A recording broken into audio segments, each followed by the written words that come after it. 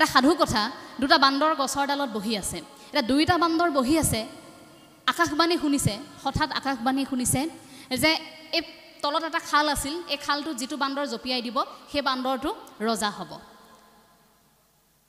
খালটো জপিয়াই দিয়াৰ লগে লগে বান্দৰটোৱে মানুহৰ ৰূপ পাব অকল মানুহৰ ৰূপ পোৱাই নহয় সি ৰজা হ'ব তত মুহূৰ্ততে ৰূপ সলনি হ'ব সেই কথাষাৰ দুয়োটা বান্দৰে শুনিছিল কিন্তু এটা বান্দৰ জপিয়াই দিলে আনটো বান্দৰ জপিয়াই নিদিলে গছৰ ডালতে বান্দৰটো বহি থাকিল এটা বান্দৰ যেতিয়া জপিয়াই দিলে জপি দিয়াৰ লগে লগে সেই বান্দৰটো মতা বান্দৰ নাছিল মাইকী বান্দৰ আছিল গতিকে মাইকী বান্দৰটো যেতিয়া জপিয়াই দিয়াৰ লগে লগে ৰূপ সলনি হ'ল ৰজা নহয় ৰাণী হ'ল এটা ওপৰত বহি থকা বান্দৰটোৱে সুধিছে ধৰিব পৰা নাই কথাষাৰ সুধিছে যে তুমিতো অকণমান আগলৈকে বান্দৰে আছিলা মোৰ লগত ডালতে বহি আছিলা তুমি হঠাৎ কেনেকৈ ৰাণী হৈ গ'লা তো বোলে কিয় অকণমান আগত যে আমি দুয়োগৰাকী আকাশবাণী শুনিছিলোঁ ইয়াত পানীখিনি জপিয়াই দিলে ৰজা হ'ম তো বোলে শুনিছিলোঁ তে তুমি কিয় নজপিয়ালা বোলে মই বিশ্বাস নকৰিলোঁ বোলে কিয় বিশ্বাস নকৰিলা একেলগে দুয়োগৰাকী ডালতে বহি আছিলোঁ একেলগে আকাশবাণী শুনিলোঁ অকল মাত্ৰ কামটো আছিল জপিয়াই দিয়া পানীত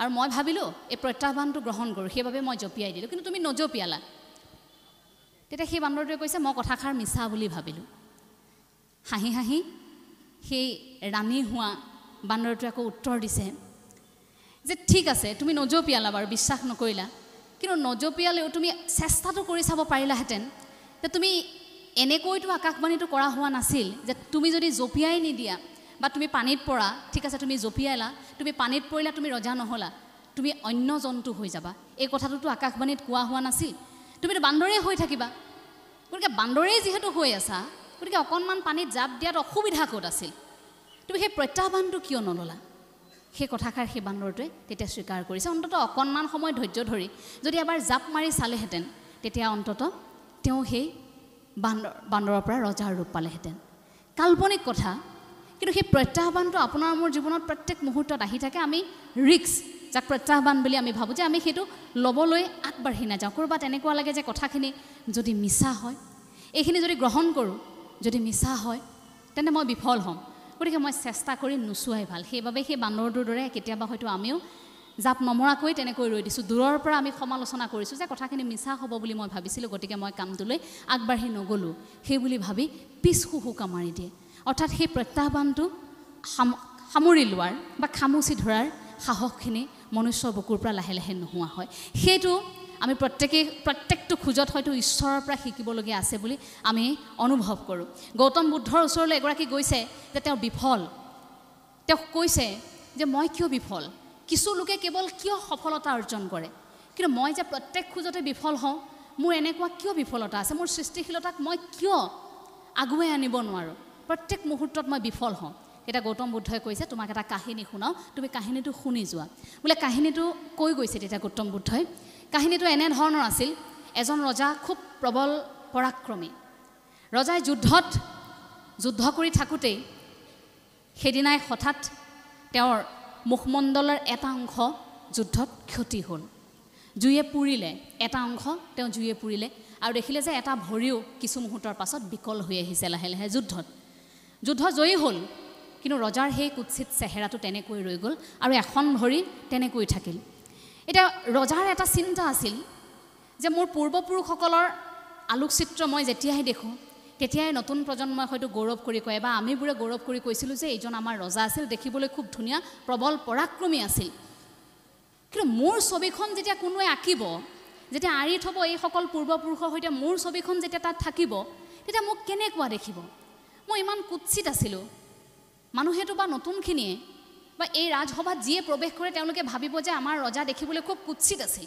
আমাৰ ৰজাৰ ভৰি এখনো নাছিল হয়তো মোৰ চেহেৰাটো দেখি প্ৰত্যেকেই ভাবিব যে ৰজাৰ বীৰত্বনো কি আছিল সেই কথাখিনি আলোচনা নকৰাকৈ মোৰ কথাখিনি কেৱল মোৰ চেহেৰাটোতে ৰৈ যাব এই কথাষাৰত ৰজাই খুব ভয় খাইছিল গতিকে ৰজাই ভাবিলে যে মোৰ মৃত্যুৰ পিছত মোৰ ছবিখন অঁকাতকৈ মই জীয়াই থাকোঁতে কোনোৱে মোৰ ছবিখন আঁকি দিলে ভাল হ'ব মই চাব পাৰিম যে মোক কিমান বেয়াকৈ আঁকে গতিকে ৰাজ্যত যিমান চিত্ৰশিল্পী আছিল সকলোকে মাতি দিলে বোলে আহা তোমালোকে মোৰ ছবিখন আঁকা এতিয়া প্ৰত্যেকেই দেখিছে যে ৰজা কুৎসিত হৈছে দেখিবলৈ কাৰণ এটা অংশ সম্পূৰ্ণ জ্বলি গৈছে আৰু তাতে এখন ভৰিও বিকল এতিয়া আঁকিব কেনেকৈ ৰজাক এতিয়া ৰজাক বেয়াকৈ আঁকিলেও বিপদ আৰু ৰজাক যেনেকৈ আছে তেনেকৈ আঁকিলেও বিপদ, কি কৰিব এতিয়া? গতিকে এগৰাকী চিত্ৰশিল্পীও আগবাঢ়ি অহা নাই। ৰজাইতো এই কথা নহয়, মই কাৰোবাক আদেশ দিব লাগিব। এজন যুৱকক মাতি আনিলে, যুৱকগৰাকীক ক'লে, যুৱক চিত্ৰশিল্পী, তেখেতক ক'লে যে মই তোমাক 1 মাহৰ সময় দিছোঁ, সেই 1 মাহৰ ভিতৰত তুমি যেনেকৈ নহওক কিয় মোৰ এখন ছবি আঁকিব লাগিব। কিন্তু মনত ৰাখিবা, ছবিখন দেখি কোনেও মোৰ চেহেৰাটো বা মোৰ ভৰিখনৰ কথা অনুভৱ কৰিব নালাগিব, প্ৰত্যেকে মোৰ পৰাক্ৰমৰ কথা অনুভৱ কৰিব লাগিব। এতিয়া বিপাঙত পৰিছে চিত্ৰশিল্পীগৰাকী, কি কৰা যায়? আৰু তেওঁ যদি বেয়াকৈ আঁকে তেন্তে গোটেই চিত্ৰশিল্পীসকলক ৰজাই কিন্তু মৃত্যুদণ্ড দিব। এতিয়া চিত্ৰশিল্পীগৰাকী ঘৰলৈ আহি ভাবিছে কেনেকৈ অঁকা যায়। এদিন পাৰ হৈ গৈছে, 2 দিন সময়, 3 দিন 4 দিন পাৰ হৈ গৈছে। লাহে লাহে চিত্ৰশিল্পীগৰাকীৰ হৃদয়ত আত্মবিশ্বাস নামৰ এটা বীজ শিপাবলৈ আৰম্ভ কৰিলে। লাহে লাহে ৰজাৰ চাৰিওকাষে তেওঁ গম নোপোৱাকৈ তেওঁ ভ্ৰমণ কৰিবলৈ আৰম্ভ কৰিলে। যেতিয়া ৰজাৰ চাৰিওফালে ভ্ৰমণ কৰা হ'ল, তেতিয়া সেই ব্যক্তিগৰাকী ৰজাৰ কুৎসিত চেহেৰাটোতকৈও চিত্ৰশিল্পীগৰাকীয়ে ৰজাই ভিতৰত কঢ়িয়াই ফুৰা সেই পৰাক্ৰমী এটা মন, সেইটো চকুত পৰে। ৰজাৰ সেই ভৰিখনতকৈও সেই পৰাক্ৰমী মনটো বা শক্তিশালী স্বৰূপটোহে তেওঁ দেখা পায়। গতিকে প্ৰত্যেক দিনাই যেতিয়া সেই সত্তাটোক অনুভৱ কৰিলে, তেতিয়া ক'ব নোৱাৰাকৈ চিত্ৰশিল্পীগৰাকীয়ে এখন ছবি অংকন কৰিলে। ছবিখন অংকন কৰি সেইদিনা ৰাজসভালৈ লৈ গৈছে। এতিয়া প্ৰত্যেকেই আহিছে যে বোলে ৰজাক কেনেকৈনো আঁকিছে আমি চাওঁচোন, কেনেকুৱানো আঁকিছে। প্ৰত্যেকগৰাকী আহিছে, কি হয় আজি ঠিকনা নাই। গতিকে ছবিখন যেতিয়া এনেকৈ উলিয়াই দিছে, দাঙি দিছে ছবিখন, প্ৰত্যেকগৰাকীয়ে চাই আচৰিত হৈ পৰিছে। সেই ছবিখন চিত্ৰশিল্পীগৰাকীয়ে এনেকৈ আঁকিছিল, যিটো অংশত ৰজাৰ পুৰা আছিল, কুৎসিত আছিল চেহেৰাটো, সেই অংশটো ঢালখনেৰে ঢাকি দিছে। অৰ্থাৎ এটা অংশৰ পৰা চালে এনেকুৱা লাগে যে ৰজাই ঢাল আৰু তৰোৱাল লৈ যুঁজি আছে। আৰু ভৰি যিখনত আঘাতপ্ৰাপ্ত হৈছিল, ভৰিখন সম্পূৰ্ণৰূপে বিকল হৈ পৰিছিল, সেই ভৰিখন ঘোঁৰা এটাৰ ওপৰত উঠি থকাৰ অৱস্থাত চিত্ৰখন অংকন কৰি ঘোঁৰাটোৰ ঠেংকেইটাৰ সৈতে মহাৰাজৰ ভৰিকেইখন লুকুৱাই দিছিল। সেই সৃষ্টিশীলতাৰে সেই সত্তাটোক নিখুঁতকৈ এগৰাকী চিত্ৰশিল্পীয়ে উপস্থাপন কৰিলে। গৌতম বুদ্ধই যেতিয়া এই কথাষাৰ সেই বিফল হৈ থকা ল'ৰাজনক ক'লে যে সেইদিনা সেই ল'ৰাজনে যদি সেই মানুহজনৰ ভিতৰৰ সত্তাটোক অনুভৱ কৰিব নোৱাৰিলেহেঁতেন বা আত্মবিশ্বাসেৰে যদি সেই কামটো কৰিবলৈ আগবাঢ়ি নগ'লহেঁতেন, হয়তো তেওঁৰ লগতে আন চিত্ৰশিল্পীসকলৰ সেইদিনা মৃত্যুদণ্ড হ'লহেঁতেন। কিন্তু সেই অকণমান আত্মবিশ্বাস আৰু তাৰ পাছত সেই সত্তাটোক অনুভৱ কৰাৰ প্ৰক্ৰিয়াটোৱে, সত্যক উপলব্ধি কৰাৰ প্ৰক্ৰিয়াটোৱে তেওঁক শক্তিশালী কৰি তুলিলে। সেইদিনাই সেই ল'ৰাজনেও এক আত্মবিশ্বাসৰ বীজ বুটলি পাইছে। আৰু তাৰ পাছতে হয়তো ল'ৰাজনেও অনুভৱ কৰিছে যে আত্মবিশ্বাসটো থাকিলে পৃথিৱীত নোৱাৰা কাম হয়তো একোৱেই নাই। ঈশ্বৰৰ পৰাও আপুনি মই সেই নোৱাৰা কাম একো নাই। ঈশ্বৰৰ পৰা যদি আশীষ পাওঁ, তেন্তে মনুষ্য জাতিয়ে নোৱাৰা কাম বা প্ৰত্যাহ্বানৰ সন্মুখীন হৈ ভাগৰি পৰিবলগীয়া কাম হয়তো এই পৃথিৱীত একোৱেই নোলাব। গতিকে এই ৰাস মহোৎসৱৰ শুভক্ষণত ঈশ্বৰে প্ৰত্যেকগৰাকী অসমীয়াক কৃপা কৰক, আমি তাৰে কামনা কৰিছোঁ। ৰাস মহোৎসৱৰ যিটো আধ্যাত্মিকতাৰ ধাৰা, যিটো ভক্তিৰসৰ তত্ত্ব, ঈশ্বৰক পোৱাৰ বাবে গোপিনীসকলৰ যি কামনা, সেই কামনাত আমি প্ৰত্যেকেই নিজৰ ভিতৰত এগৰাকী ভকত হিচাপে ৰাখি আমিও সেই কামনাটোত যেন ব্ৰতী হ'ব পাৰোঁ, তাৰ বাবে ঈশ্বৰে আপোনাক মোক কৃপা কৰক। যেনেকৈ কুন্তীয়ে বিচাৰিছিল যে প্ৰভু যিমান পাৰা দুখত ৰাখা, যিমান পাৰা দুখত ৰাখা, যাতে বিপদৰ সময়ত মই কেৱল তোমাক বিচাৰোঁ। ইচ্ছা কৰিলে সেইদিনা ক'ব পাৰিলেহেঁতেন কুন্তীয়ে যে তুমি মোক সুখত ৰাখা। সুখত ৰাখিলে ঈশ্বৰক পাহৰি যোৱাৰ সম্ভাৱনা বেছি। গতিকে যদি দুখত আছোঁ, তেন্তে নিশ্চিন্ত হৈ থাকক, ঈশ্বৰ আপোনাৰ মোৰ কাষত থাকিব। এটা কাহিনীৰে মোৰ কথাখিনি সামৰণি মাৰিম। ঈশ্বৰে দুখত থাকিলেও কেনেকৈ আপোনাৰ মোৰ কাষত থাকে, আপুনি মই দুখত থকাৰ সময়খিনিত ঈশ্বৰ আপোনাৰ মোৰ কাষত কেনেকৈ থাকে, এটা কাহিনী। এবাৰ নাৰদে কথাটোৰ প্ৰমাণ চাব বিচাৰি ঈশ্বৰক সুধিছিল, তুমি কেনেকুৱা ধৰণৰ তোমাৰ ভক্ত বিচাৰা, ভক্তই তোমাক কেনেকৈ কামনা কৰাটো বিচাৰা, আৰু সেই সময়খিনিত তোমাৰ ওচৰত কেনেকৈ আহি পায়, তুমি কেনেকৈ বাছনি কৰা যে কোন তোমাৰ কাষলৈ আহিব, কোন তোমাৰ কাষলৈ নাহে, মই অকণমান চাব বিচাৰিছোঁ। বোলে ঠিক আছে, ব'লা আমি এটা পৰীক্ষা কৰিম। দুয়োগৰাকী ভিক্ষাৰীৰ বেশত আহিছে। প্ৰথমে এগৰাকী ব্যৱসায়ীৰ ঘৰত সোমাইছে। ব্যৱসায়ীগৰাকীৰ ঘৰত যেতিয়া পুৱাৰ ভাগতে সোমাইছে, দুৱাৰ খুলি ব্যৱসায়ীগৰাকীয়ে দুয়োগৰাকীক দেখি তাচ্ছিল্যসূচক মন্তব্য কৰিছে। দুয়োটা ভিক্ষাৰী ৰাতিপুৱাই ৰাতিপুৱাই আহি ওলালহিনে, হাত আছে ভৰি আছে, আপোনালোকে কৰি খাওক, মই ভিক্ষা দিব নোৱাৰোঁ।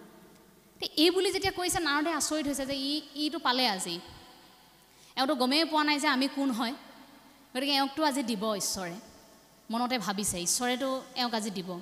কিন্তু আচৰিত কথা, ইমান বেয়া ব্যৱহাৰ কৰাৰ পাছতো ঈশ্বৰে একো নক'লে। সেই ঘৰখনৰ পৰা তেওঁলোক আঁতৰি আহিল।